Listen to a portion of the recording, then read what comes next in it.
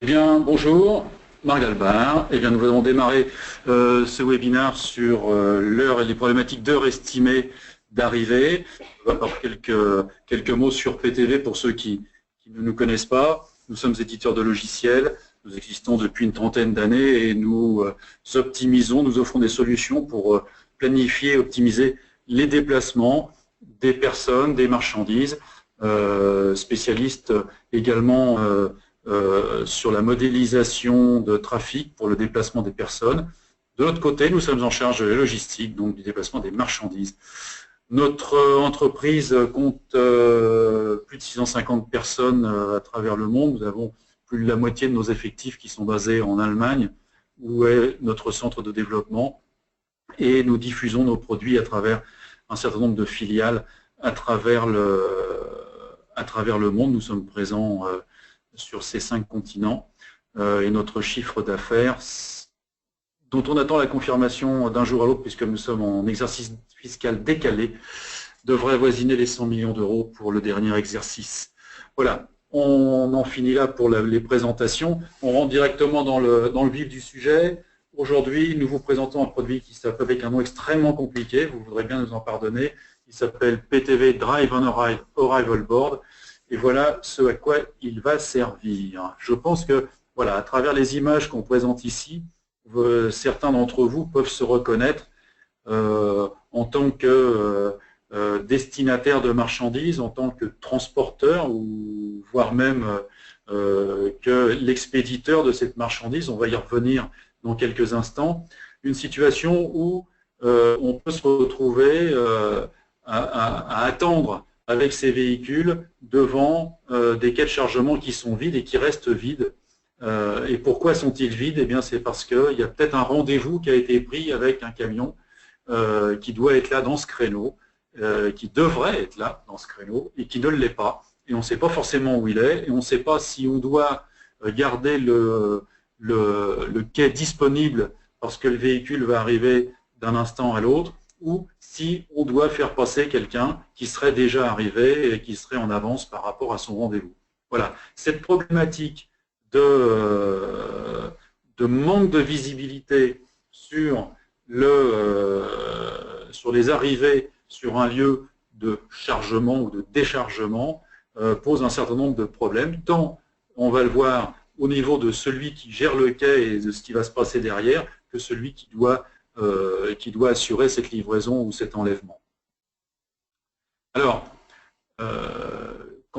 si on reste si on fait un petit focus sur cette question du quai, mais on verra tout à l'heure que le système n'est pas un système spécialisé pour la gestion de quai, mais au moins ça a le mérite d'expliquer ou d'appuyer une explication assez claire sur la gestion des livraisons ou la gestion des rendez-vous. Si on fonctionne avec un système de plage horaire, ça veut dire qu'on réserve un créneau, on réserve un rendez-vous et bien évidemment, ce rendez-vous doit être respecté par les deux parties. Alors, le problème, c'est qu'il y a des aléas et que, comme on le voit dans cette image, et bien sur la première ligne de réservation sur un quai, et bien éventuellement, le camion qui devait arriver en deuxième créneau est retardé et il va arriver en troisième sur la plateforme. On revient dans cette situation où, que j'expliquais précédemment, on n'a pas d'information, c'est pas forcément qu'il est en retard, mais qu'est-ce qu'on doit faire de ce créneau?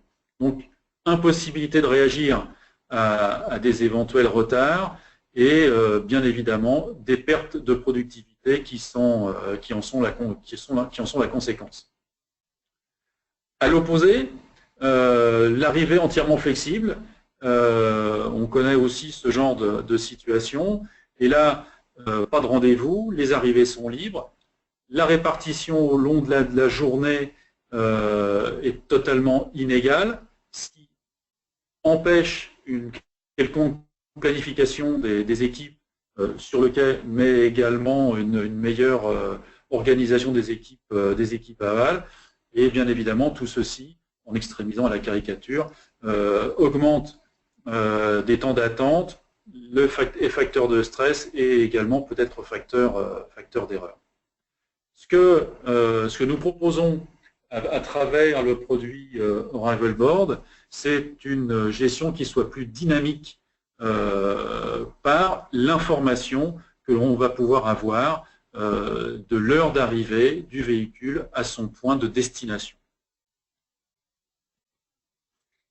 Alors, vous devez certainement vous retrouver dans ce schéma, dans finalement cette chaîne logistique qui est représentée, soit en tant qu'expéditeur, vous pouvez être distributeur, industriel, soit à l'autre bout en tant que destinataire, et là on va pouvoir avoir des entrepôts, des magasins, soit en tant que transporteur ou prestataire.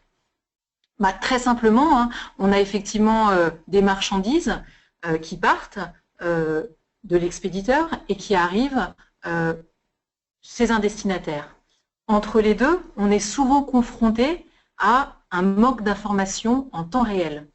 C'est vraiment de ce constat qu'est né notre outil, notre application PTV Drive and Arrive. La volonté, et notre volonté, PTV, c'est vraiment d'apporter finalement plus de transparence pour tous les acteurs de la chaîne, qu'ils soient expéditeurs, destinataires, et donc de créer de la valeur ajoutée tout au long de cette chaîne logistique. On utilise cette image pour illustrer, et là, je trouve qu'elle montre vraiment finalement la valeur ajoutée qu'on va apporter.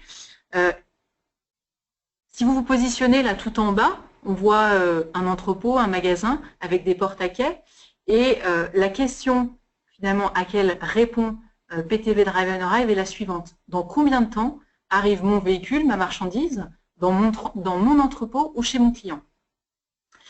On constate avec nos clients, avec nos prospects, quand on travaille et quand on met en place cette solution, qu'elle va s'appliquer en plus sur différentes typologies de flux. Elle peut s'appliquer aussi bien sur des flux d'appro, sur des flux de cross-dock, sur des flux de distribution, mais également sur des flux de ramasse et également des flux d'approche. Alors, avant de continuer la présentation, je vais vous demander de participer en répondant à un petit sondage. Alors, s'il vous plaît, vous êtes concerné par l'estimation de l'heure d'arrivée en tant qu'expéditeur, transporteur ou destinataire. Je vous laisse répondre. C'est parfait, ça progresse. Nous avons actuellement 50% de personnes qui ont voté. Plus vite vous répondez, plus vite c'est terminé. On va pouvoir lire ensemble les résultats. C'est parfait. 3/4 des votants. Encore un petit peu s'il vous plaît, jouez le jeu. Ce sera nickel. Bon, on va s'arrêter là. Ah, ça y est, les derniers se réveillent.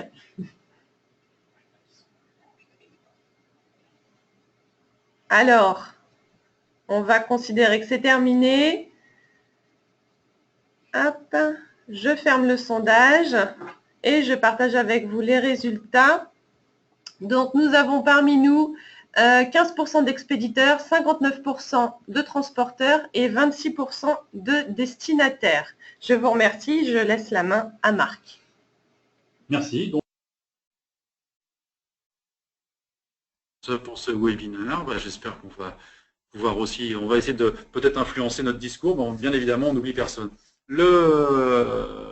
Cette problématique de l'heure estimée d'arrivée, telle que l'a présentée Laure juste avant le sondage, eh bien, pour y répondre, PTV s'est inspiré de ce que vous voyez à l'écran et que vous avez certainement vu déjà dans les aéroports, c'est les tableaux d'état des vols à l'arrivée. Voilà. On sait que tel vol est à l'heure, que tel vol est retardé, et on a la nouvelle heure d'arrivée. Eh bien, nous avons essayé de faire la même chose et d'avoir le même type de tableau pour les transports. Alors, qu'est-ce que ça implique? Qu'est-ce que ça contient? Quel est l'engagement de PTV dans cette solution Drive and Arrive, avec en particulier le tableau d'arrivée? C'est de fournir l'heure d'arrivée exacte. Souvent, on utilise l'acronyme ETA pour l'expression en anglais, et y compris pour les flottes mixtes. Alors, l'heure estimée d'arrivée, je la détaillerai juste après. C'est un point important. Ça n'a rien en soi comme ça de révolutionnaire. Vous avez fait ça dans votre voiture ou sur une application de téléphone. Là où ça devient un peu plus compliqué, c'est quand elle s'applique à des poids lourds. On va y revenir. Il est noté ici, y compris pour les flottes mixtes. Et là, on entend que la flotte soit en propre ou qu'elle soit sous-traitée et éventuellement sous-traitée auprès de multiples transporteurs. Donc des flottes hétérogènes et comment on peut répondre à ça.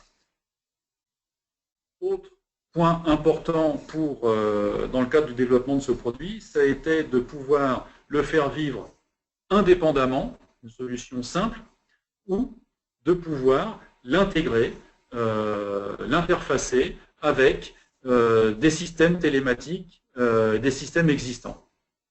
Enfin, et je termine là-dessus parce que c'était quasiment le point de départ, mais il est important de s'appuyer dessus. Il fallait que ce soit le plus simple possible, et en l'occurrence, c'est ce à quoi nous sommes arrivés, puisque le système peut fonctionner avec, d'une part, une application mobile que nous allons détailler, accessible donc depuis un smartphone pour la partie véhicule, et puis à l'autre extrémité, au lieu du destinataire, simplement une connexion Internet de façon à pouvoir afficher le tableau, ce fameux tableau des heures estimées d'arrivée pour chacun des transports qui sont programmés.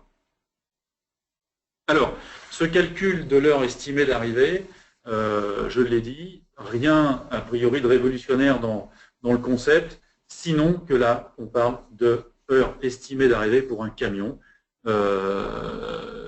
Alors, bien évidemment, vous le savez tous, et mieux que moi, parce que c'est votre quotidien, un camion ne peut pas circuler partout. Il y a un certain nombre de restrictions, des restrictions physiques, poids, hauteur, largeur, charge à l'essieu, longueur, et puis des restrictions administratives. Ces restrictions poids lourds, nous les utilisons dans nos outils depuis une dizaine d'années. Elles nous sont fournies par les cartographes.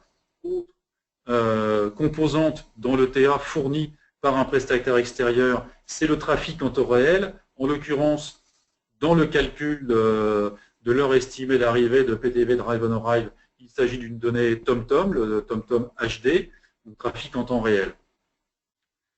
Ça, c'est accessible, c'est quelque chose qui nous vient de la part de nos partenaires, de nos fournisseurs. Nous avons, PTV, travaillé depuis de nombreuses années sur la spécialisation de l'itinéraire poids lourd avec beaucoup de recherches sur les profils de conduite et énormément de recherches également à partir de traces GPS. Nous avons étudié je peux dire des milliards de traces GPS poids lourds à travers l'Europe pour mieux comprendre, mieux modéliser un certain nombre de points. Ce sont les historiques de trafic poids lourd qui peuvent être sensiblement différents des historiques de trafic pour véhicules particuliers ou des historiques de trafic disponibles sur le marché qui ne concernent que des véhicules particuliers. On parle là donc des historiques de trafic, de données statistiques qui vont nous permettre de venir pénaliser un segment de route parce qu'on sait que sur telle plage horaire, de tel jour de la semaine, etc., eh bien, les vitesses moyennes sont dégradées. On travaille sur des données statistiques qui peuvent venir se substituer aux données temps réel quand celles-ci ne sont pas forcément disponibles. Un autre point important sur les données qui ont été étudiées, ou qui sont mises en place par PTV suite à l'étude de ces milliards de traces poids lourds, c'est la notion de temps d'attente. Temps d'attente sur des passages de frontières, temps d'attente également sur des embarquements de ferry, mais peut-être plus quotidien, des temps d'attente sur des passages de péage. Et en France, on est particulièrement bien loti en autoroute, et en autoroute avec souvent de nombreuses barrières de péage. Je vais prendre juste un exemple qui est effectivement peut-être caricatural, mais enfin, c'est pas le seul en France, une succession de péages sur un barreau autoroutier relativement court. Pour l'autoroute A13 qui relie la région parisienne à la Normandie, entre Paris et Caen, qui doit faire à peu près, ou entre Mantes et Caen, qui doit faire à peu près 200 km. Sur cette autoroute A13, il y a 4 barrières de péage. Si pour les voitures particulières, les barrières sont bien équipées en nombre de baies pour les véhicules légers, pour les poids lourds, ce sont généralement 2 baies qui sont réservées. On a pu remarquer, pas uniquement sur l'autoroute A13, mais d'une façon générale sur les autoroutes, quel pouvait être l'impact sur un itinéraire en termes de temps du passage d'une barrière de péage. Alors ça peut aller de quand c'est complètement fluide, quasiment pas d'arrêt, et puis que peut-être le véhicule est équipé d'un badge TIS qui permet de passer quasi sans ouvrir la fenêtre, de moins d'1 minute sur le passage, mais ça peut être 3 minutes, ça peut aller jusqu'à 8 minutes sans être exceptionnel. Les exceptionnels sont bien au-delà de ces 8 minutes.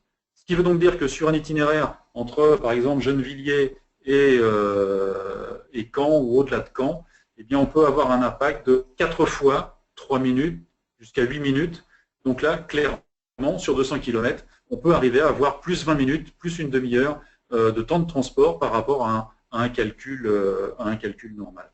Donc, important de mettre dans le calcul de l'heure estimée d'arrivée spécifique poids lourd le plus possible de ces ingrédients qui nous ramènent à la réalité. Il y en a un que je n'ai pas encore cité, qui est bien évidemment la gestion du rythme des temps de conduite et des temps de repos pour les chauffeurs. Donc, bien évidemment, pris en compte dans ce calcul de l'ETA. On vous présente là un des modes opératoires de PTV Drive and Arrive. Donc, l'idée, c'est vraiment de se positionner là dans ce mode opératoire au niveau d'une plateforme. Et vous le voyez là sur la gauche, la plateforme va avoir accès à son arrival board. Alors, à quoi ressemble l'arrival board? L'arrival board, voilà, à quoi ça ressemble, hein. C'est une page web. Hein. On a dit qu'il fallait une connexion Internet. Ce qu'on constate, c'est que, quand on commence les pilotes, les mises en place, c'est un écran qui peut être affiché au niveau d'un quai. Ça peut également être disponible sur un appareil mobile, et là très utile quand on est dans un magasin, dans un entrepôt, pas forcément sur le quai, de pouvoir avoir accès à cette information-là. Donc là, on a effectivement l'arrival board de l'entreprise Floor Industrial, qui se trouve en l'occurrence à Dortmund et qui a le 15 novembre tous ces véhicules qui sont planifiés en arrivée. Sur la colonne Arrival, ce que vous allez retrouver, c'est effectivement inscrit en noir l'heure planifiée, et avec un code couleur, très facilement, vous allez voir si effectivement le véhicule va arriver en avance ou en retard. Voilà le principe, je dirais, de l'arrival board, donc disponible à la fois très facilement sur un écran affiché au niveau d'un quai, au niveau d'une exploitation, ou encore une fois pour des managers disponibles sur un smartphone. Sur la partie en grise, vous allez retrouver sur cet exemple-là différentes colonnes. Là, c'est important de souligner que ces colonnes en gris sont complètement personnalisables. C'est-à-dire que là, vous avez 4 colonnes. Vous allez retrouver le nom de la compagnie, en l'occurrence du transporteur, l'ID, le mobile du transporteur, ainsi que sa plaque d'immatriculation. Quand on met en place, on se rend compte que moins, finalement, on a d'informations, plus ça va être facile, finalement, pour le chauffeur. Donc là, c'est vraiment une discussion à avoir avec vous pour savoir, effectivement, quelles informations et quel est l'identifiant qui va parler à la fois au chauffeur et à la fois au destinataire. Donc, on est en plateforme et on a accès à notre arrival board. De l'autre côté, on a le chauffeur. Le chauffeur, lui, prend la route et avant de prendre la route pour aller livrer cette plateforme, qu'est-ce qu'il va faire? Donc là, c'est les actions qu'on va vous détailler. Il a d'abord installé au préalable sur son smartphone l'application qui est gratuite, disponible en 11 langues et disponible à la fois sur iOS et Android. Donc là, c'est un prérequis. Il lance l'application, il saisit sa destination, donc là, en l'occurrence, il va livrer une plateforme qui se situe à Dortmund. L'application, lui, affiche en automatique les différentes destinations enregistrées. Et là, vous allez retrouver la première, effectivement, qui nous concerne. Donc, il peut très facilement la sélectionner.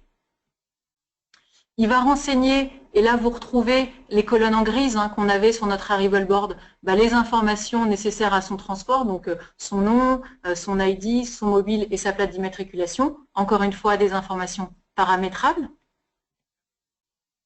Il confirme la typologie de son véhicule, essentielle, et là la Marc l'a dit, par rapport au calcul de l'ETA qui est fait, bien évidemment le fait de confirmer le type de véhicule permet de prendre en compte tout ce qui va être en l'occurrence là nécessaire pour calculer tout va être les attributs poids lourds.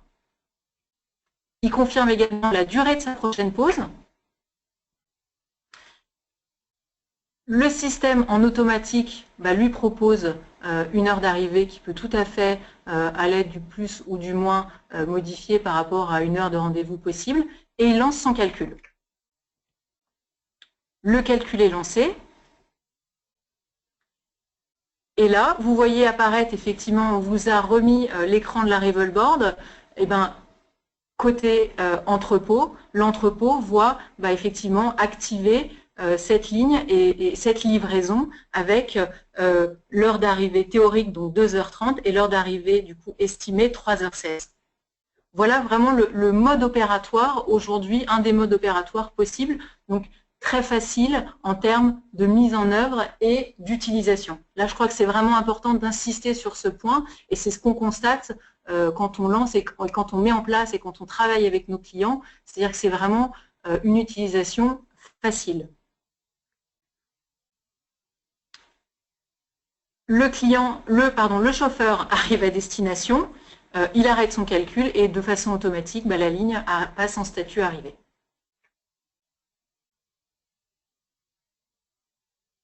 On parle d'utilisation facile. Ce qu'on constate effectivement, c'est côté chauffeur, on a la possibilité de lancer rapidement des pilotes ou d'installer rapidement, et ça peut être aussi utilisé dans le cadre d'affréter, mais on peut également, et là je crois que c'est important de le souligner parce qu'on voit que nos clients nous posent la question, on peut également, et ça Marc l'a dit, installer côté chauffeur dans des systèmes de télématique en arrière-plan, je vais dire, quand on est face à des API, cet arrival board, donc le chauffeur, lui, utilisera de façon classique son système de télématique et en arrière-plan tournera finalement notre application PTV Drive and Ride. Donc c'est connectable côté chauffeur à de la télématique. Côté métier, c'est aussi important de le souligner. Là, vous voyez, on vous a présenté effectivement le mode opératoire où l'entrepôt a accès à une page web.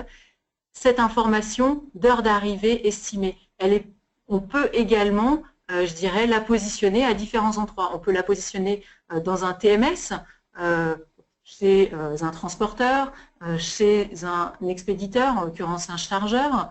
On peut également la positionner au niveau, parce qu'on voit, on a des demandes, au niveau d'un service client. Donc voilà, c'est vraiment quelque chose qui s'intègre, je dirais, à votre écosystème. Et l'idée, c'est vraiment de diffuser au bon endroit cette information qui est quand est-ce qu'arrive mon véhicule. Et la technologie aujourd'hui qu'on nous propose, qu'on vous propose finalement, le permet. Pour l'illustrer, en quelques mots, on a aujourd'hui, pour ceux qui connaissent, PTV fournit une solution d'optimisation de tournée, en l'occurrence un outil qui s'appelle PTV Smart Tour. Et au sein de PTV Smart Tour, dans l'outil, on a effectivement la possibilité aujourd'hui, on offre la possibilité aux logiciens effectivement d'effectuer leur travail d'optimisation de tournée, mais également la possibilité de suivre en temps réel la réalisation des tournées. Donc c'est-à-dire de pouvoir réagir en cas de retard, réagir, donc c'est-à-dire réorganiser sa tournée, mais également la possibilité de prévenir le destinataire. Et là, très facilement, on peut envoyer, et dans PTV Smart Tour, on a la capacité d'envoyer un mail, un SMS au destinataire pour lui dire, voilà, votre heure d'arrivée estimée est prévue à telle heure. Donc voilà, c'est pour une illustration finalement de la capacité à intégrer cet outil dans des applications métiers. Alors, voilà pour la partie description de l'outil. Donc, en synthèse, les avantages que l'on peut y voir, c'est alors pour ce qui concerne ce premier avantage du partage d'informations automatique et simultané, c'est le propre d'une plateforme collaborative d'échanger de l'information. Dans certains cas, bien évidemment, cet outil peut être utilisé pour le calcul et l'information en interne, sans forcément un partage du calcul de l'heure estimée d'arrivée. Prise en compte des nombreux éléments dans le calcul de l'ETA, c'est ce que j'ai mentionné tout à l'heure. L'information graphique en temps réel, l'information historique, mais également un certain nombre de données et d'algorithmes spécifiques PTV sur les profils de conduite poids lourd, sur les temps de poids lourd. Autre point, on ne l'a pas mentionné, bien évidemment, ces serveurs de calcul sont installés dans le cloud sur Microsoft Azure, ce qui permet de pouvoir satisfaire des milliers de calculs simultanés, des montées en régime importantes, sans avoir à souffrir de performance, dégradation de performance, de façon à assurer une qualité de service, une information temps réel. Donc les calculs aujourd'hui sont positionnés à une fréquence de 6 minutes avec donc un rafraîchissement toutes les 6 minutes. Donc ça peut représenter une masse importante de calculs, mais les performances ne seront jamais altérées du fait de ce positionnement. Indépendance du système, aussi un point extrêmement important, on l'a vu tout à l'heure, c'est un outil qui est destiné à être interfacé grâce à ses API, interfacé dans un WMS, dans un TMS, dans un système de gestion de cours, dans un ERP, voilà, que ces systèmes, on a parlé tout à l'heure de l'intégration avec PTV Smart Tour, mais bien évidemment, le système est complètement indépendant de toute autre technologie PTV. Il peut venir s'interfacer avec tout système existant. Donc, on s'appuie sur une fiabilité technique importante, une facilité de mise en œuvre également, ça a été souligné plusieurs fois. On a une possibilité simple, et c'est ce qui est en cours actuellement, de monter des pilotes simplement avec l'application smartphone et la connexion Internet sur un PC avec un écran déporté. L'intégration plus profonde dans des systèmes existants peut venir dans un deuxième temps, une fois que démonstration a été faite de la fiabilité du système, de la fiabilité des calculs et la robustesse de l'information qui est fournie. Et du coup, bien évidemment, des bénéfices. Les bénéfices, ils sont nombreux. Je vous laisse les découvrir.